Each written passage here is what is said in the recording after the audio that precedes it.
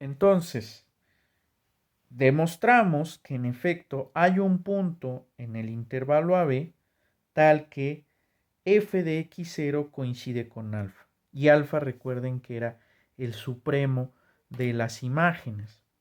De manera completamente análoga se prueba la existencia de un punto que alcance el ínfimo. ¿Cómo sería? En lugar de considerar, digamos, beta menos 1 entre n, se considera beta más 1 entre n. Es decir, en lugar de moverte a la izquierda, te mueves a la derecha, obviamente del ínfimo. Si te mueves a la derecha del ínfimo, entonces beta más 1 entre n ya no es cota inferior de este conjunto, y el argumento funciona de la misma manera. Entonces hemos demostrado que una función continua en un intervalo cerrado alcanza su máximo y su mínimo. Ahora vamos a demostrar una propiedad muy importante de los intervalos cerrados. Se conoce como la propiedad de los intervalos anidados. Entonces le vamos a llamar lema. Entonces considérense IN que sea AN, BN. Vamos a generar una sucesión de intervalos de tal manera que IN esté conteniendo a IN más 1, obviamente tomando N en los naturales. Entonces, más bien, existe, ustedes disculpen, una eta en los reales, tal que eta pertenece a IN para toda n en los naturales. ¿Qué quiero decir con este resultado? Estamos considerando, digamos, este es I1, luego me pide que el siguiente elemento de la sucesión esté metido en el intervalo I1, entonces necesito un intervalo de esta forma, el siguiente tiene que estar metido y así sucesivamente. Entonces lo que me está diciendo es que eventualmente, si hacemos tender este proceso como que al infinito, la intersección de todos estos conjuntos me da un punto. Entonces esto se puede escribir como la intersección de todos los intervalos que cumplen con esta propiedad y que son cerrados, me da justamente un punto. Vamos a demostrar este hecho. Entonces, ¿qué tenemos? Como IN está contenido en IN-1, entonces IN está contenido en I1 para toda n en los naturales. O sea, el I1 contiene a todos los demás intervalos. Por lo tanto, AN es menor o igual que B1 para toda n en los naturales. O sea, cada uno de los extremos izquierdos de los intervalos queda acotado por B1. Por lo tanto, el conjunto de las ANs en los reales, tal que n es natural, es acotado por arriba.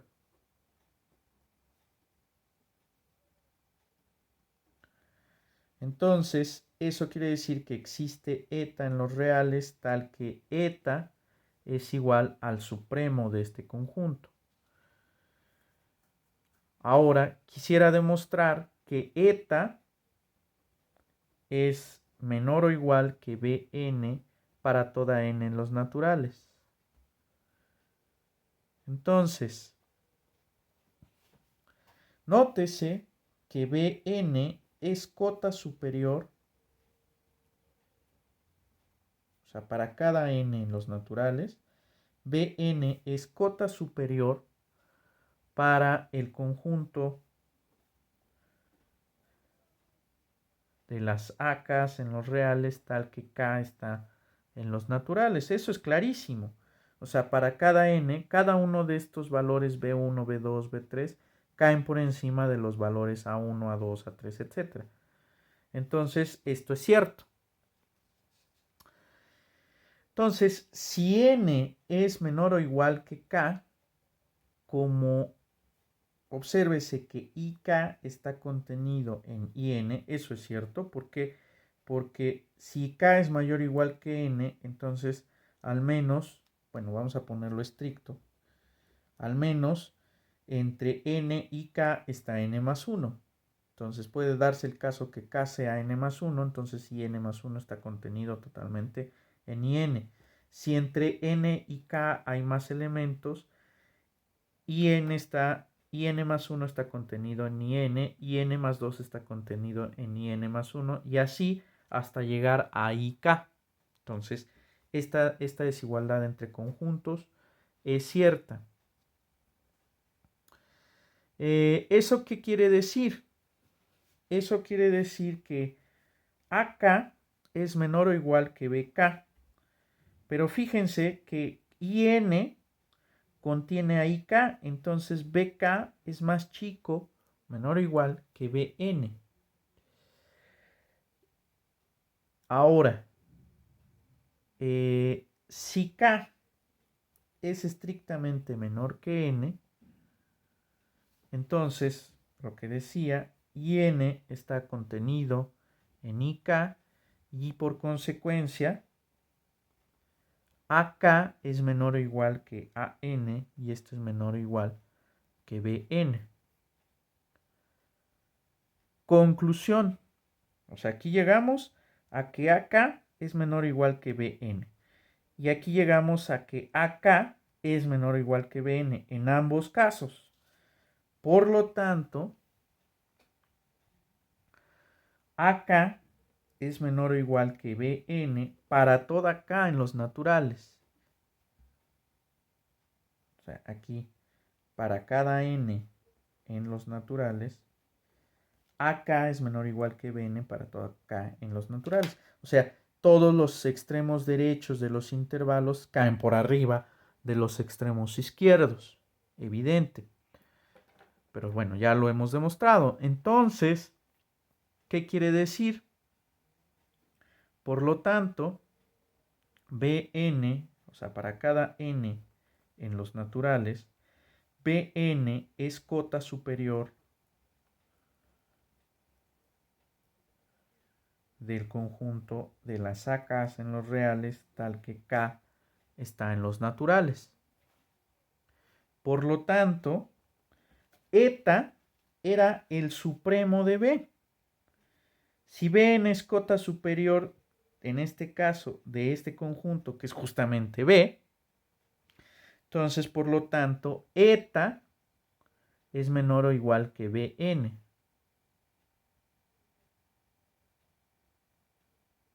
Pero esto quiere decir que AN es menor o igual que eta, que es menor o igual que Bn, para toda n en los naturales. Y hemos concluido. Ya demostramos entonces que para toda n en los naturales, eta pertenece al intervalo ANBN, que es justamente el conjunto IN. Entonces hemos demostrado la existencia de un punto en la intersección de todos los intervalos. A esta propiedad se le conoce como propiedad de los intervalos anidados. ¿Y por qué necesitamos este resultado? Bueno, este resultado lo vamos a utilizar para demostrar una de las propiedades más importantes de la continuidad. Si una función es continua, pensemos en lo siguiente. Pensemos en una función continua. Pensemos que esa función continua está definida sobre un intervalo cerrado. Y pensemos que el valor de f en A y el valor de f en B tienen signos contrarios. Si tienen signos contrarios y la función es continua, o sea, por ejemplo, en este caso, f de A es negativo y f de B es positivo, no puede darse el caso de que de repente la función venga así y brinque y pase al lado negativo. Esto implicaría que la función no es continua. Si la función es continua en el intervalo cerrado AB, forzosamente tiene que suceder que pasa por el eje de las abscisas. Esto es muy sencillo de verificar. Por ejemplo, si tomamos el punto medio de los valores A y B y nos fijamos en el valor de la función en ese punto, puede darse el caso de que la función en ese punto fue 0, en cuyo caso pues ya encontramos el punto en donde la función se anula. Si no, puede ser que sea mayor que 0 o menor que 0. Por ejemplo, aquí va a ser positivo. Ok, tomemos entonces ahora el punto medio entre estos dos. Este vamos a llamarle B1. Entonces tomamos A más B1 sobre 2. A lo mejor se da el caso de que en este punto la función se anula, en cuyo caso ya acabamos. Si no, puede ser positivo o negativo. En este caso es positivo. Tomamos ahora el punto medio, llamémosle este B2, y ahora tomémosle el punto medio a este intervalo, digamos este punto. Este va a ser el punto A más B2 sobre 2. Si la función se anula ahí, ya encontramos el punto donde la función se anula. Si no, como en este caso que fue negativo, lo renunciamos. Vamos a llamarle A3. En este caso A fue A1 y A2. Fíjense cómo estamos construyendo la sucesión de intervalos. Tomamos primero el intervalo AB, luego el punto medio. Como fue positivo, tomamos A como A1 y este punto como B1. Tomamos el punto medio, como fue positivo, tomamos A como A2 y este punto como B2. Tomamos el punto medio de A2 y B2. Como fue ya negativo, entonces ahora vamos a tomar el punto medio ahora entre estos dos. Y así hasta que obsérvese que vamos a ir generando una sucesión de puntos que se van a ir aproximando al cero de la función. Este se conoce como el método de la bisección y nos dice lo siguiente. Teorema. Considérense una función definida sobre un intervalo cerrado que toma valores en los reales, una función continua.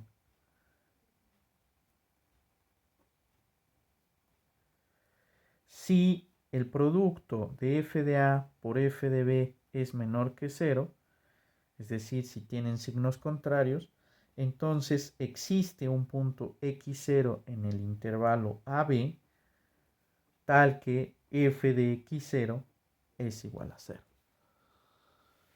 Entonces este se conoce como el teorema de la bisección o método de la bisección. Entonces, esta condición de entrada, como decía, quiere decir que f de a y f de b tienen signos contrarios. Entonces, sin pérdida de generalidad, vamos a suponer que f de a es menor que 0 y que f de b es mayor que 0. Justo la situación que estábamos describiendo en el gráfico anterior. Tómense P1 que sea el punto medio de A más B sobre 2. Entonces, vamos a llamarle, digamos, a estos puntos A y B, A0 y B0. Entonces, puede darse el caso por tricotomía que f de P1 sea igual a 0. Si f de P1 fue igual a 0, ya terminamos.